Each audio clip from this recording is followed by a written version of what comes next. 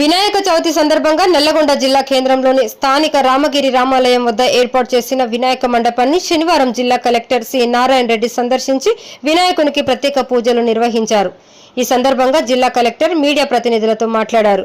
వినాయక ఉత్సవాల సందర్భంగా నల్లగొండ జిల్లాలో ఎలాంటి అవాంఛనీయ సంఘటనలు జరగకుండా అందరూ సుఖ సంతోషాలతో ఉత్సవాలు జరుపుకోవాలని, ఇందుకు వినాయక మండపాల నిర్వాహకులు మండపాల సమాచారాన్ని పోలీసులకు అందజేయాలని, మున్సిపాలిటీలు, గ్రామ పంచాయతీలలో చవితికి పారిశుద్ధ్య సమస్యలు తలెత్తకుండా పారిశుద్ధ్య కార్యక్రమాలు ముమ్మరంగా నిర్వహించాలని, విద్యుత్ విషయంలో సైతం మండప నిర్వాహకులు పూర్తి జాగ్రత్తలు తీసుకోవాలని కోరారు. నిమజ్జనం జరిగే దగ్గర అన్ని ఏర్పాటు చేయాలని, ఇదివరకే అధికారులను, సిబ్బందిని ఆదేశించామని, బారికేడ్లు, క్రేన్లు ఏర్పాటు, గజ ఈతగాళ్లు, లైటింగ్, వైద్య సదుపాయాల వంటివి ఏర్పాటు చేస్తామని ఆయన చెప్పారు. వినాయకుని ఆశీస్సులు జిల్లా ప్రజలపై ఉండాలని ఆయన ఆకాంక్షించారు.